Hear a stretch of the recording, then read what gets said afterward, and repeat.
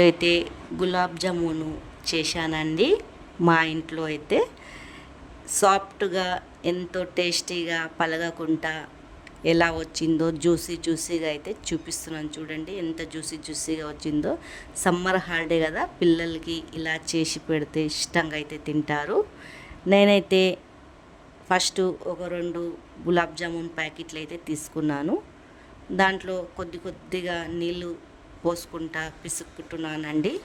ఇలా కొద్దిగా నీళ్ళు పోసుకొని మెత్తగా అయితే పిసుక్కోవాలి. పిండిని గట్టిగా అయితే పిసుకొద్దు, పళ్ళు కూడా వచ్చేస్తుందండి. చాలామంది చేస్తుంటే పళ్ళు కూడా వస్తున్నారని చెప్తున్నారు.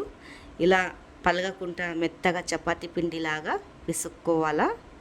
మరీ మెత్తగా పిసుకొద్దు, నార్మల్గా మనం చపాతీ ఎలా పిసుక్కుంటామో అలా 10 నిమిషాలు నానబెట్టాక కొద్దిగా చేతికి ఆయిల్ పూసుకొని అప్పుడు లుండలు మనకు ఎలా కావాలో అలా షేప్ అయితే వచ్చేస్తుంది.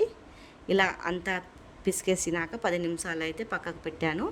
తర్వాత ఇలా అయితే చుట్టుకున్నానండి. చూడండి ఏం పళ్ళు కూడా అయితే రాదు. తర్వాత ఒక గిన్నె తీసుకొని దాంట్లో ఆయిల్ వేసుకున్నాను. ఆయిల్ కొద్దిగా ఎక్కువనే వేసుకుని తర్వాత కొద్దిగా హీట్ ఎక్కాక ఒక్కొక్కటి అయితే వేసేసుకుంటున్నాను ఆయిల్లో.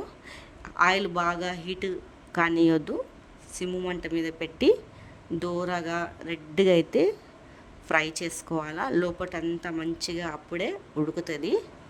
చూడండి ఇలా మంచిగా ఉడికిపోతుంది లోపట. మెల్లగా కలుపుకుంటా దూరగా అయితే రెడ్గా అయితే ఫ్రై అయితే చేసుకుంటున్నాను. చూడండి ఇలా మనము కలుపుతూనే ఉండాలా. జర కిందికి పైకి అంటనే ఉంటే మంచిగా ఉడికిపోతుంది. చాలా టేస్టీగా అయితే అవుతుందండి. ఇలా ఇంట్లో చేసుకుంటే పిల్లలు అయితే ఇష్టంగా అయితే తింటారు. ఇప్పుడంతా సమ్మర్ హాలిడే కదా, పిల్లలు ఏదో ఒకటి అడుగుతూనే ఉంటారు స్నాక్స్ కిందికి. ఇలా చేసిస్తే ఇష్టంగా అయితే తింటారు. ఇవన్నీ అయితే పక్కకైతే తీసేస్తున్నాను. మంచిగా అయితే కుక్ అయిపోయినాయి ఇవి. ఒక్కొక్కటి అయితే పక్కకు తీసి అయితే పెట్టేసుకుంటాను. చల్లగా కానియాలండి, ఇది వేడివేడిగా అయితే వేయొద్దు పాకంలో. ఇలా చల్లగా కానిచ్చి పక్కకైతే పెడుతున్నాను. తర్వాత మళ్ళీ ఇంకొక వాయి అయితే వేసేస్తున్నాను. ఇవి నేనైతే కొన్ని గుండ్రగా చేసుకున్నానండి.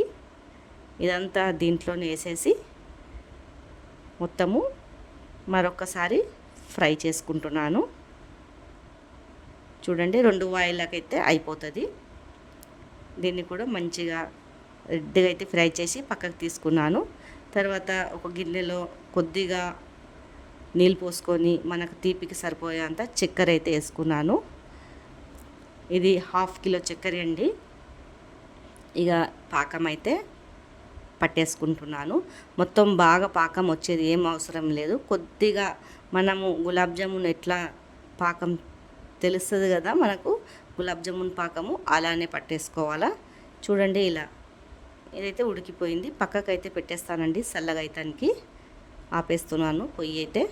తర్వాత పైనుంచి అయితే ఇలాచీలు వేసేసుకున్నాను. కొద్దిగా వేడి ఉన్నప్పుడే ఈ గులాబ్ జామున్ దీంట్లో వేయాలా, అప్పుడే మెత్తపడుతుంది. ఇది కూడా చూడండి ఇలా కొద్దిగా వేడి కానీ ఉండాలా. తర్వాత ఇంకొక గిన్నెలు అయితే తీసుకున్నాను. పెద్ద గిన్నెలు తీసుకోవాలా, ఎందుకంటే ఈ గులాబ్ జామున్ అన్నీ పాకం అయితే పీడ్చుకుంటుంది కదా. చిన్న గిన్నెల పెడితే పాకం పీడ్చుకోలేదు, ఒకటి పీడ్చుకుంటుంది ఒకటి పీడ్చుకోదు. అందుకే ఇట్లా ఎలుపు గిన్నెలు వేస్తే అంత పాకం అంతా పీడ్చుకుంటుంది. మీ ఎంతమందికి ఇలా గులాబ్ జామున్లు ఇష్టం ఉన్నదో కామెంట్ బాక్స్లో కామెంట్ అయితే చేయండి. ఎంతమందికి పిల్లలకి పెద్దోళ్ళకి ఇష్టంగా అయితే తినే గులాబ్ జామున్లు ఇవి. ఈజీగా 10 నిమిషాలలో చేసుకొని రెడీ చేసుకోవచ్చు. మీకు నచ్చినట్లయితే కామెంట్ చేయండి, లైక్ సబ్స్క్రైబ్ అయితే చేసుకోండి.